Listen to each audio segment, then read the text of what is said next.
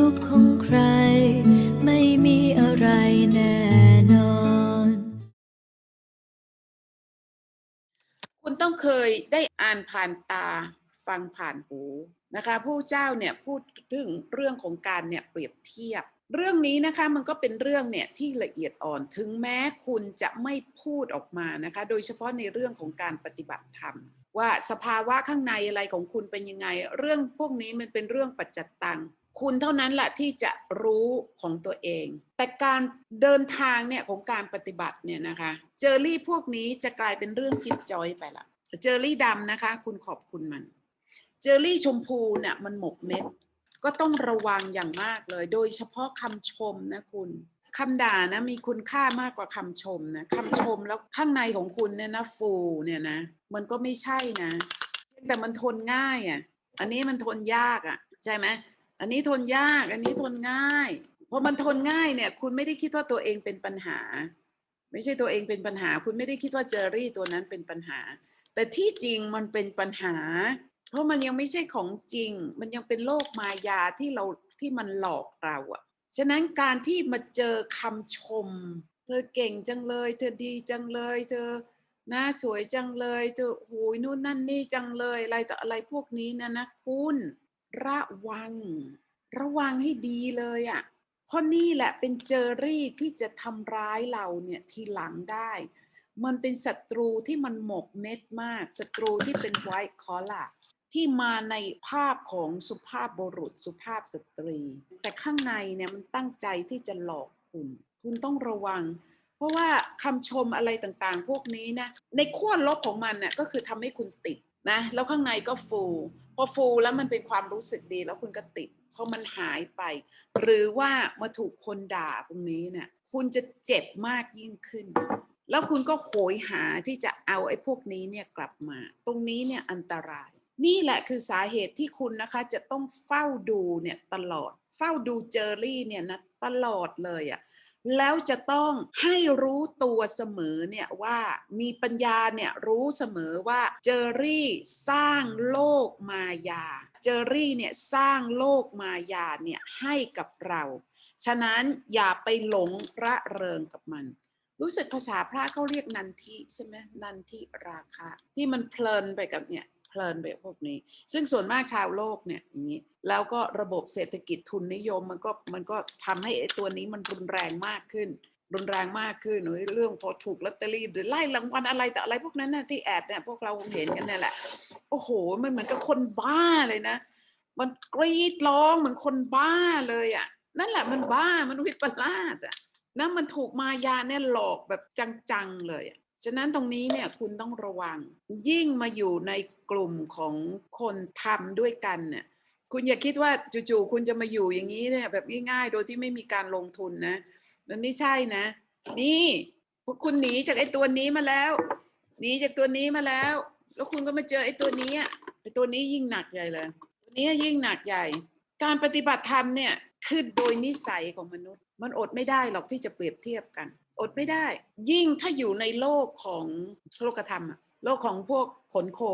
เรื่องเปรียบเทียบเนี่ยธรรมดาเลยแล้วการเปรียบเทียบตรงนี้นี่แหละที่ทำให้ตัวเองเนี่ยทุกข์มากเลยที่เขามักจะบอกว่าพวกฝรั่งไปเปรียบเทียบกันเนี่ยมิสเตอร์มิสซิสโจนส์ next door หรือมิสเตอร์มิสซิสสมิธ next door ก็คือเปรียบเทียบกับเพื่อนบ้านทั้งที่ตัวเองนะเขามีบ้านอะไรแต่อะไรสวยงามมีอะไรแต่อะไรเนี่ยดีแล้วทุกอย่างแต่พอเพื่อนบ้านเนี่ยนะเขาเปลี่ยนรถเนี่ยได้คันใหม่เนี่ยออกป้ายแดงปุ๊บโหยนี่นั่งไม่ติดละการเปรียบเทียบเนี่ยเกิดทันทีเลยแล้วพอเกิดทันทีแล้วมันก็ทุกข์สิโหยเรายังไม่ได้เท่าเขานี่เนี่ยเขาออกป้ายแดงอะไรมาอีกแล้วเราแค่นี้เนี่ยต่ำต้อยเหลือเกินเนี่ยเรานะไม่มีศักดิ์ศรีเลยฉะนั้นเราก็ต้องดิ้นรนพยายามหาอะไรต่ออะไรแล้วการเปรียบเทียบนะที่นี้ไม่ใช่ next door นะการเปรียบเทียบเนี่ยเกิดขึ้นในครอบครัวระหว่างพี่น้องระหว่างเพื่อนสนิทนะคะที่เรียนมาด้วยกันเนี่ยโดยตลอดนะคะแล้วเราอาจจะสอบได้แบบเกียรตินิยมอะไรต่ออะไรนะในขณะที่เพื่อนเนี่ยนะลุยอยู่ข้างหลังเลยอะไรต่ออะไรพวกนี้แต่พอออกไปในโลกของการงานเกิดอะไรขึ้นอีก5 ปี10 ปีเขาได้เป็น CEO แต่เราซึ่งได้เกียรตินิยมอันดับหนึ่งเรายังไม่ได้เป็นอะไรเราก็ยังรับราชการเราก็ยัง เป็นอาจารย์กินเงินเดือนโอเคเราก็ได้100,000 กว่าบาทเนี่ยก็ดีกว่าเขาดีกว่าหลายคนแต่เรายังไม่ได้เป็น CEO เราก็ยังกินเงินเดือนอย่างนี้ในขณะที่เขาเป็นอะไรต่ออะไรตรงนี้เนี่ยเกิดระหว่างพี่น้องกันเองนี่แหละพี่น้องกันเองซึ่งสิ่งเหล่านี้เนี่ยนะคุณจะไม่มีทางเอาออกได้เลยแล้วมันไม่ใช่แค่นี้ค่านิยมในสังคมของเราตอนนี้นี่มันเปลี่ยนไปคือระบบของการให้เกรดเนี่ยระบบของการให้เกรดเนี่ยมันได้เปลี่ยนไปแล้วนะว่าได้เกรด A B C อะไรต่ออะไรไม่ใช่ A B C เขาเรียกอะไรอ่ะ2 3 1 2 3 4ใช่ไหมเนี่ยการให้เกรดในมหาวิทยาลัยอะไรแต่อะไรพวกนี้เนี่ยเขาให้เกรดเนี่ยเป็นมี1 2 3 4อะไรต่ออะไรพวกนี้หรือในยุคนั้นเขาให้เป็นเปอร์เซ็นต์ยุคนี้เขาก็ไม่มีเปอร์เซ็นต์แล้วนะยุคที่อาจารย์เรียนประถมมัธยมอัมพรไพศาลเนี่ยเขาให้อะไรเขาให้เป็นเลขที่เนี่ยพอสอบแล้วเนี่ยใครได้ที่1ที่2ที่3จำได้ไหมของปาร์คไม่ได้เข้าไปอยู่ในยุคนั้นแล้วใช่ไหมแต่ยุคเนี่ยสวเนี่ยพวกเราอะพอตอนนี้นึกย้อนนั้นนะโหดชิบเป๋งเลยโหดมากเลยนะที่เขาเอาป้ายเนี่ยนะมาติดโหยนี่เขาได้ที่1นี่เขาสอบได้ที่1คนนี้ได้ที่2ที่3ใครอยู่ในเลข10หรืออยู่ในเลข10ถึง15เนี่ยก็ยังเรียกว่าโอ้โหไปที่ไหนนี่เขาได้ที่1อ๋อนี่เขาได้ที่5นี่เขาได้ที่4ที่10แต่ชั้นหนึ่งมี45คนคุณแล้วคุณคิดถึงคนที่ได้แบบ35ถึง45ไปที่ไหนอุ้นี่เขาได้ที่โหลโอ้ my god เชื่อไหมอาจารย์เนี่ยเคยได้ที่30กว่าตอนนั้นยังอยู่ชั้นประถมโอ้โหได้สมุดพกอันนี้มานะคะ30เท่าไหร่ก็ไม่รู้จาก40เอาไปว่าเกือบที่โหลละคุยข้างในเป็นอย่างนี้ข้างในเราก็นึกไม่ออกนะว่าเราเป็นนักเรียนห่วยอย่างนั้นแหละแต่นี่ไงยังพูดออกมาเราเป็นนักเรียนห่วยแต่นักเรียนห่วยตรงนั้นน่ะมาเป็นครูบาอาจารย์คือตรงนี้ต้องการให้ดูเรื่องของการลงโทษทางสังคมเพราะการเปรียบเทียบค่านิยมของคนหมู่มากพวกนี้นะคุณอย่าไปคิดเหมาเอาว่ามันถูกต้องเสมอไปอ่ะมันไม่ใช่นะมันไม่ใช่อาจารย์ยังจำได้พอนึกขึ้นมานะยังจำได้เลยนะเอาสมุดพกเนี่ยเล่มนั้นนะกลับไปหัวใจนี่นะมันตุ๊บเพราะแม่ต้องเซ็นให้ไงแม่ต้องเซ็นแล้วแม่ก็ต้องถามว่าได้ที่เท่าไรคือถ้าได้เนี่ย1ใน20เขาก็โอเค1ใน25ก็โอเคแต่30เนี่ยนะจาก40คนเนี่ยนะแสดงว่าเธอเป็นนักเรียนที่ห่วยใช้ไม่ได้อะไรต่ออะไรพวกนี้โอ้ยของเราได้30กว่าข้างในนี่นะมันทุกข์มากมันนอนไม่หลับนะแล้วมันต้องเก็บไว้เนี่ย2 วันเนี่ยคือมันมีเดดไลน์ที่จะต้องเอาสมุดพกคืนอาจารย์แล้วเราจะยังไงถึงขนาดต้องการช่อฉนนะที่จะลบอะไรต่ออะไรซึ่งมีนะที่เขาทำกันนะในยุคนั้นนะขำจะตายมองกลับแต่ตรงนั้นนะเราจำไม่ได้แล้วว่ามัน resolve ยังไงว่ามันจบยังไงให้แม่เห็นทั้งอย่างนั้นหรือว่าเราลบที่จะไม่ให้แต่ถ้าลบตัวหนึ่งได้ที่3จาก36เนี่ยมันก็เวอร์เกินไปอีกเราไม่ใช่เป็นนักเรียนที่จะได้ที่1ไม่เคยได้ที่1นะมีเหมือนกันนะที่มาได้แบบที่3อะที่มันตัวเลขเดียวอะแต่อาจจะครั้งเดียวแต่ตรงนี้ไม่ว่ากันล่ะต้องการให้คุณรู้ว่าระบบนั้นโหดร้ายมากโหดมากโหยเป็นระบบที่อย่าไปเอามาใช้อีกไอ้เรื่องมันนั่งเรียงที่กันเนี่ยตรงนี้เนี่ยมันเปิดโอกาสให้เจ้าเจอรี่เนี่ยนะมาจิกแต่ละคนไอ้พวกคนที่ได้ที่1ใน10เนี่ยมันก็มีไอ้ตัวนี้จิกอย่าว่าแต่1ใน10นะคุณคนที่ชินกับได้เนี่ยนะที่1เนี่ยนะพอมาได้ที่2ที่3แล้วเนี่ยถูกเจอรี่จิกพอกันค่ะจิกหนักด้วยฉะนั้นคนที่เนี่ยมีชื่อเสียงเนี่ยนะเยอะๆพอชื่อเสียงหายไปเนี่ยเจ็บฉะนั้นระบบนี้นะคะที่มาตีตราเนี่ยนะให้กับเด็กเนี่ยตัวน้อยๆเอาเจอรี่มาให้เขาว่าคนนี้ได้ที่1โอ้คนนี้เขาได้ที่39โอ้คนนี้เหรอเขา45เนี่ยดูหน้าเขาไว้เนี่ย45แล้วก็จะต้องเดินไปในท่ามกลางเนี่ยเด็กตั้งกี่คนเนี่ยเราจะต้องถูกตาหน้าว่าเขามาที่โลแล้วก็เกิดอะไรขึ้นน่ะแล้วก็ยังมีการจัดระบบนะเอาพวกที่โหลทั้งหลายไปกองไว้ห้องหนึ่งไอ้พวกที่ท็อปทั้งหลายก็ไปกองอีกห้องหนึ่งไม่รู้นะเขาก็คิดว่ามันสอนง่ายแต่ที่จริงเนี่ยมันไม่ควรมีระบบนี้เลยอ่ะมันไม่ควรมี นะคะโดยเฉพาะเด็กๆที่เขาไม่สามารถที่จะจัดการกับอารมณ์ความรู้สึกของตัวเองเนี่ยได้ดีนะอันนี้มันอินดิวิชวลเลยมันปัจเจกเลยเนี่ยเธอได้เป็นการเนี่ยเอาฉลากเนี่ยติดหน้าก็เลยอ่ะโหดมากมายุคนี้เนี่ยมาได้โอเค1 2 3 4ตัดเกรดเนี่ยมันก็ยังโอเคมันก็ยังคละกันไปอ่ะใช่ไหมมันไม่มีใครเนี่ยนะมาโผล่ออกมาได้ที่หนึ่งแต่ก็ยังมีเนี่ยให้แม่เกียรตินิยมให้อะไรต่ออะไรพวกนี้ก็มีอยู่ฉะนั้นทั้งหมดตรงนี้คุณต้องระวังให้ดีอันนี้ก็เป็นเรื่องของทางโลกแต่พอมาถึงทางธรรมคุณอย่าคิดว่านิสัยเรื่องของการเปรียบเทียบพวกนี้เนี่ยมันจะหายไปง่ายๆมันไม่หายค่ะเพราะคุณจะมาเจอเจอรี่ใสตัวนี้ที่ปฏิบัติเนี่ยข้างในแต่มันเป็นสิ่งที่ละเอียดมากขึ้นแล้วมันสิ่งที่ละยากมากขึ้นโดยเฉพาะเรื่องสภาวะข้างในเนี่ยของตัวเองว่าฟังเขาพูดก็อะไรอย่างนี้ฉันว่าสภาวะฉันเนี่ยดีกว่าเขาหรือเราดูโหนี่เขาได้อะไรต่ออะไรเนี่ยดีจังเลยนะสภาวะฉันไม่ได้ดีเท่าเขาเลยโอ้ยต้องทำยังไงนะมันเหมือนก็มีความเนี่ยน้อยใจมีความรู้สึกผิดหวังในตัวเองเนี่ยนะเจอรี่ทั้งนั้นนะเพราะการเปรียบเทียบไงเพราะการเปรียบเทียบฉะนั้นพระเจ้าจึงบอกว่าไอ้ความคิดหรือเจอรี่นะคะที่ไปคิดว่าเราด้อยกว่าเขาก็ไม่เอาที่ไปคิดว่าเราดีกว่าเขาก็ไม่เอาที่ไปคิดแม้แต่ว่าเราเสมอเท่าเทียมเขาก็ไม่เอาเพราะพวกนั้นมันเป็นเจอรี่ทั้งสิ้นคือในที่สุดแล้วคุณจะต้องอยู่กับความว่างข้างในจะต้องว่างคืออยู่กับนิพพานคุณเห็นไหมคะว่าทุกเรื่องเนี่ยมันต้องมาจบที่นิพพานให้ได้ถ้าคุณจบที่นิพพานไม่ได้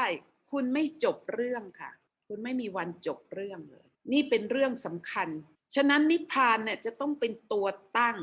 นิพพานังปรมังศูนย์อย่างจะต้องเป็นตัวตั้งตัวเดียวเท่านั้นแหละจะต้องเป็นเป้าหมายที่ชัดเจนใสแจ๋วซึ่งมันไม่ใช่เป็นเรื่องยากที่จะเข้าถึงสภาวะนี้ไม่ใช่เรื่องยากเนี่ยถ้าคุณทำถูกหลักการของสติปัฏฐานเท่านั้นนะคุณสามารถเข้าสู่ความว่างเนี่ยได้มันไม่ยากคนธรรมดาไปนิพพานได้ไม่ยากด้วยตรงนี้นะคะอาจารย์ก็เลยเนี่ยอยากเอาขึ้นมาพูดในเรื่องของการเนี่ยเปรียบเทียบถึงแม้เราไม่ได้บอกกับใครออกมาแต่ว่าข้างในของเรารู้โดยเฉพาะอาจารย์เนี่ยยิ่งจะต้องระวังมากเลยอะระวังมากนะฟังนู่นนี่เนี่ยแล้วข้างในเนี่ยมีเจอรี่อะไรออกมาบางทีมันก็มีเพราะไอ้เจอรี่เนี่ยนะมันพร้อมที่จะมาทดสอบเราเสมออย่าคิดนะคะว่าคุณเอานิพพานเป็นที่พึ่งได้แล้วเจอรี่จะปล่อยคุณนะปลอเลยเนี่ยอย่างนี้ไม่ทดสอบคุณอุ้ยคุณไม่ใช่ยิ่งเป็นครูบาอาจารย์นะข้อสอบโหยิ่งหนักใหญ่เลยคุณข้อสอบเนี่ยยิ่งขนลุกเลยถ้าคุณเนี่ยนะไม่มีของจริงนะไม่มีของจริงนะคุณอย่าเล่นกับเรื่องนี้ไม่เอาไม่ดีเพราะข้อสอบพวกนี้เนี่ยนะแล้วมันไม่มีการรั่วข้อสอบเลยข้อสอบไม่เคยมีการรั่วแต่ละข้อสอบที่มาเนี่ยนะคุณนึกไม่ออกแล้วว่ามันจะออกอย่างนั้นได้ยังไงฉะนั้นตอนนี้เนี่ยนะอาจารย์ก็ยังไม่รู้อนาคตว่าเราจะมีข้อสอบอะไรที่จะมาทดสอบเราอีกเรารู้แต่ว่าตราบใดที่ฉันสามารถเนี่ยนะเอาความว่างอันนี้เนี่ยนะเป็นที่พึ่งได้ข้างในฉันจะปลอดภัยและจะต้องตั้งอยู่บนความไม่ประมาทด้วยบนความไม่ประมาทอย่างยิ่งคือจะต้องไม่มีการเลียความคิดใดๆทั้งสิ้นแน่นอนโอ้โหคนชมอาจารย์สุภวรรณเยอะแยะชมโน่นชมนี่นะข้างนอกเราก็เล่นเกมไปสาธุขอบคุณอะไรก็ว่าไปแต่ข้างในนะคุณจะเล่นเกมกับเจอรี่พวกนี้ไม่ได้เลยคุณจะเลี้ยงไม่ได้เลยคุณจะต้องเอาทุกเจอรี่ออกให้เกลี้ยงออกหมดแล้วออกอย่างไม่มีเงื่อนไขคุณจึงจะไปรอดได้เข้าใจไหมฉะนั้นตรงนี้มันไม่ใช่เรื่องง่ายอย่างที่คุณคิดก็เลยต้องการเนี่ยสรุปเนี่ยให้คุณรู้นะคะว่าเมื่อคุณเนี่ยเข้ามาสู่แวดวงของการปฏิบัติธรรมแล้วลักษณะนิสัยที่ชอบเปรียบเทียบมันเป็นสัญชาตญาณมันเป็นนิสัยที่ติดมากับมนุษย์เนี่ยเปรียบเทียบด้อยกว่าเธอดีกว่าเธอเท่าเทียมเธอนะฉันก็เท่าเธอไม่ต้องมานั่นอะไรฉันอะไรอย่างเงี้ยพวกนี้เนี่ยคุณต้องเอาออกให้หมดเพราะว่าพวกนั้นมันเป็นเจอรี่ทั้งสิ้น เจอรี่ทั้งสิ้นเราจะต้องอยู่กับความว่างที่เป็นศูนย์อย่างทุกอย่างมันต้องลงที่จะมาลงที่นิพพานเท่านั้นไม่มีอะไรอย่างอื่นนั้นตรงนี้ก็พูดเอาไว้ให้พวกเราได้รู้เท่าทันคุณดูนะคะในห้องแชทรูมนะห้องไลน์แต่ละห้องเนี่ยจะต้องมีคนนำคน2 คน3 คนเนี่ยแต่จะต้องมีคนหนึ่งอ่ะที่มันเด่นออกมาที่โพสต์นู่นโพสต์นี่ออกความเห็นนู่นนั่นนี่แล้วคนนั้นนั่นแหละที่จะมีอีโก้ตัวนี้ฉันเป็นผู้นำถ้าคุณเป็นคนนั้นนะคุณต้องระวังแล้วจะต้องมีคนชมคุณนะจะมีคนตำหนิคุณหรือเขาตำหนิหลังไมค์ชมอะเขาชมต่อหน้าแต่เขาตำหนิหลังไมค์ฉะนั้นต้องระวังตรงนี้มันเป็นเนเจอร์ของคนอะเป็นเนเจอร์ของคนแต่คนปฏิบัติทำแล้วก็อยู่กับสภาวะนิพพานตรงนี้นะคะสิ่งหนึ่งที่มันชัดเจนคือคำพูดจะน้อยลงโดยเฉพาะคำพูดที่อวดตัวเองจะน้อยลงแล้วน้อยลงมากด้วยพูดในสิ่งที่จำเป็นต้องพูดจะไม่เพ้อเจ้ออีกแล้วจะไม่พูดอะไรที่มันไร้สาระโดยเฉพาะการพูดอะไรเนี่ยที่มันจะมาเสริมอีโก้ของตัวเองมันจะไม่ออกมาอีกแล้วอะถ้าอยู่กับความว่างมันก็คือว่างคือว่างก็คือมันไม่มีอะไรจะพูดอยู่เงียบๆนี่แหละพูดอะไรฉะนั้นพวกนี้นะคะมันละเอียดมากขึ้นน่ะอย่างที่อาจารย์บอกนะคะใครก็ตามที่ถูกเจอรี่ใสตัวนี้ครอบถ้าคุณไม่ได้เจอคนที่เหนือกว่าที่มาเคาะเจอรี่ใสตัวนี้ออกเนี่ยคุณจะอยู่กับตัวนี้ไปอีกนานเลยแล้วยิ่งถ้าคนนี้นะคะเป็นครูบาอาจารย์สอนเนี่ยอันตรายมากเลยเพราะสิ่งที่เขาทำเนี่ยก็คือเอาเจอรี่ใสกับชาวบ้านแล้วไม่มีใครเคาะให้เพราะคนที่จะเคาะให้ครูบาอาจารย์มันไม่มีใครเคาะให้อ่ะเพราะครูบาอาจารย์คนอื่นจะไปหาใส่หัวหรอแล้วก็ไม่ได้เชิญอ่ะเขาไม่หรอกเขาไม่ยุ่งหรอกเว้นเสียแต่ว่าตัวเองเนี่ยจะเคาะให้กับตัวเองได้ซึ่งมันก็ยากอีกเพราะมันติดตรงนี้นะสภาวะนี้กับสภาวะนี้มันใกล้กันจะตายเขาก็คิดว่าเขาเห็นอย่างนี้แต่ที่จริงเขาเห็นอย่างนี้เนี่ยแล้วไอ้ตัวนี้เนี่ยใครจะเคาะให้ยิ่งถ้าตัวเองไม่พร้อมนะคะไม่พร้อมเนี่ยอย่าพึ่งพูดอะไรแต่อะไรนี่เป็นเรื่องส่วนตัวมากเว้นเสียแต่ว่าคุณอยู่ในสถานะที่พร้อมที่จะสอนแล้วเรื่องพร้อมที่จะสอนเนี่ยนะคะอาจารย์ว่ามันเป็นเรื่องของเบื้องบนน่ะที่จะจัดสรรถ้าคุณไม่ได้ถูกจัดสรรมาให้ทำงานอย่างนี้นะคุณจะพยายามยังไงมันก็ไม่เกิดแต่ถ้าคุณถูกจัดสรรให้มาทำงานอันนี้แม้คุณไม่ต้องการมันก็ต้องเกิดอย่างอาจารย์คืออาจารย์อยู่ที่อังกฤษสบายกว่าไม่ใช่หมายความว่าสบายกว่าอะไรอย่างนั้นคือไม่ต้องหาเหาใส่หัวให้คนด่าเล่นเข้าใจไหมเพราะเราใส่เสื้อสีชมพูวันนี้สวยใช่ไหมเราไม่มีแบ็กอัพเราไม่มีเครื่องแบบอันนี้ยิ่งอันตรายใหญ่เลยแต่ว่าเครื่องแบบอย่างนี้มันดีคือมันกรองคนในแง่ที่ว่าถ้าเขาไม่เปิดใจกว้างที่อยากจะเรียนรู้อย่างแท้จริงก็ไปไกลๆก็ไม่ต้องเข้าใกล้เพราะเราไม่ได้หาจำนวนคนอยู่แล้วอุ้ยต้องมาเยอะๆไม่เราเล่นแบบตกปลาทีละตัวเราเล่นแบบใครพร้อมใครบารมีพร้อมเขาก็จะมาเจอเราได้ไม่ว่าทางใดก็แล้วแต่ถ้ามันถึงเวลาของเขากับเรามันก็เจอกันก็ได้เรียนรู้กันแต่เราจะไม่ไปสรรหาแบบเธอต้องนู่นนี่เพราะเราไม่ได้หาเงินคุณจะให้คุณก็ให้คุณไม่ให้ก็ไม่เป็นไรเนี่ยสอนก็สอนให้ฟรีๆไม่เคยมาตั้งค่านี่ค่าตัวอย่างนี้ no ใช่ไหมเนี่ยสอนเสร็จนะเอกเขาก็โพสต์นะบูชาอาจารย์อะไรหน่อยนะก็เจอเลยมีใครให้อะไรแต่อะไรให้ก็ได้ไม่ให้ก็ได้ไม่เป็นไรเราต้องไม่มีปัญหาข้างในของเราต้องไม่มีปัญหาก็จะให้ก็ได้เขาไม่ให้ก็ได้เขาให้น้อยก็อย่าบ่นดีสาธุเขาให้เยอะก็อย่าฟูดีสาธุข้างในมันต้องมาจบที่ความว่างหมดอุ้ยพวกนี้ข้อสอบทั้งนั้นเลยแล้วมันไม่ใช่ทำได้ง่ายๆนะมันไม่ใช่ทำได้ง่ายถ้าคุณไม่มีของจริงไม่มีนิพพานอยู่กับตัวเองไม่ใช่ทำได้ง่ายนะคะฉะนั้นอาจารย์ก็คิดว่าเรื่องนี้ก็เป็นเรื่องที่ควรพูดทิ้งเอาไว้อย่าเปรียบเทียบอยู่กับความว่างนั่นแหละอยู่กับนิพพานเนี่ยอยู่กับความว่างนี่แหละในทุกกรณีเลยอ่ะฉะนั้นให้เท่าทันนะขอให้เท่าทันเจอรี่สีใส